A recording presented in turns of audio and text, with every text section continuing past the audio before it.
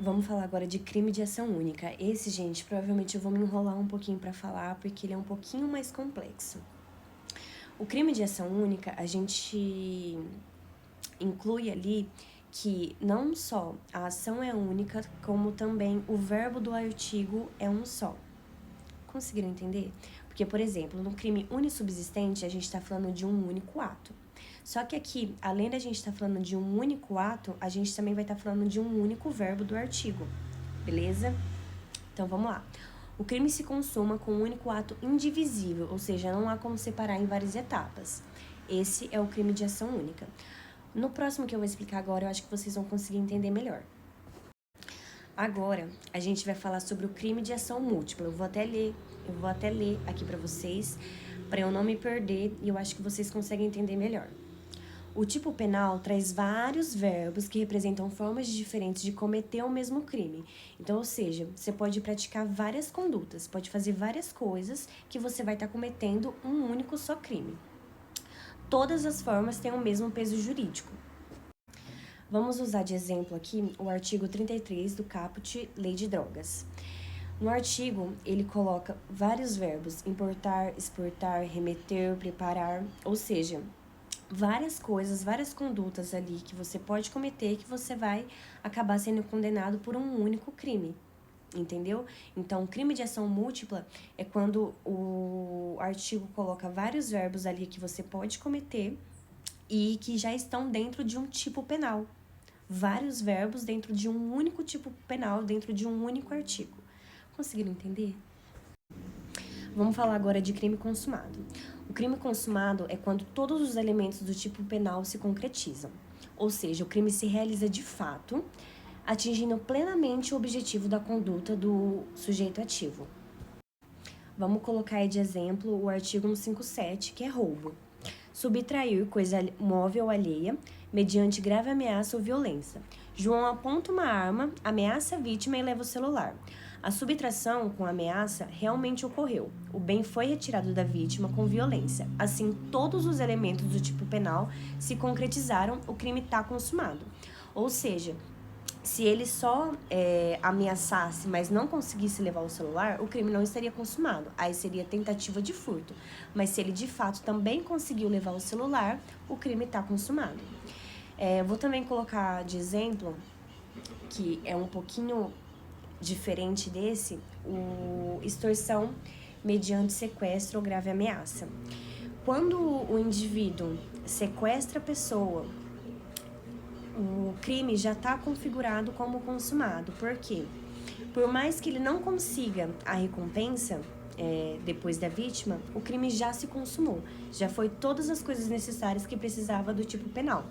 Porém, se ele conseguir a extorsão, se ele conseguir de fato o dinheiro, aí seria um crime exaurido, que isso é uma coisa que eu vou explicar depois também. Vamos falar agora de crime material. A consumação depende do resultado naturalístico, ou seja, o efeito precisa se concretizar no mundo real. Um exemplo disso é o artigo 163 do Código Penal. Dano: destruir, inutilizar ou deteriorar coisa alheia. O crime só existe se a coisa for de fato danificada. Se ele tentou quebrar um vidro, mas ele não conseguiu, aí seria somente tentativa de dano. Então, no crime material, a pessoa realmente precisa conseguir efetivar a sua ação. Ela precisa consumar o seu crime. Se ela foi tentar roubar alguma coisa, foi tentar quebrar alguma coisa, mas por circunstâncias alheias à sua vontade ela não conseguiu, seria só tentativa. Então, esse é o crime material. O crime formal, a consumação ocorre independente do resultado final. Mas se o resultado acontecer, acaba agravando a pena. Vamos usar de exemplo o artigo 213 do Código Penal, que é o estupro. Constranger alguém mediante violência ou grave ameaça, a ter conjunção carnal ou outro ato libidinoso. A simples violência ou ameaça a alguém já configura o crime. Se houver penetração ou algum dano a mais, pode acabar agravando a pena. Ou seja, por mais que ele não tenha conseguido de fato cometer o estupro, só a grave ameaça, a violência já configurou o crime já está consumado. Crime de mera conduta. O crime de mera conduta, ele não exige nenhum resultado ou algum dano a alguém. Só pelo fato de você ter cometido essa ação, já configura ali o crime e você já vai ter que ser punido. Um exemplo disso é o artigo 328, que fala sobre a usurpação de função pública. Exercer indevidamente função pública. Só o fato de você se passar por funcionário público, mesmo sem causar prejuízo, já configura um crime. Então, não precisa de perigo, nem de lesão, nem de resultado. A simples ação já é punida. Crime de bagatela. É quando o dano causado é tão pequeno que o direito penal pode considerar irrelevante a punição. Por exemplo, um senhor foi no mercado e roubou um pacote de arroz que custa R$5. Tecnicamente é furto, mas o juiz pode aplicar o princípio da insignificância por ser uma conduta sem gravidade, periculosidade ou reprobabilidade social relevante. O crime é reconhecido, mas não é punido. Crime monoofensivo é quando só um bem jurídico é atacado. Um exemplo disso é o artigo 138, que é calúnia. Acusar alguém falsamente de crime. Atinge só a honra da vítima, nem um bem jurídico a mais.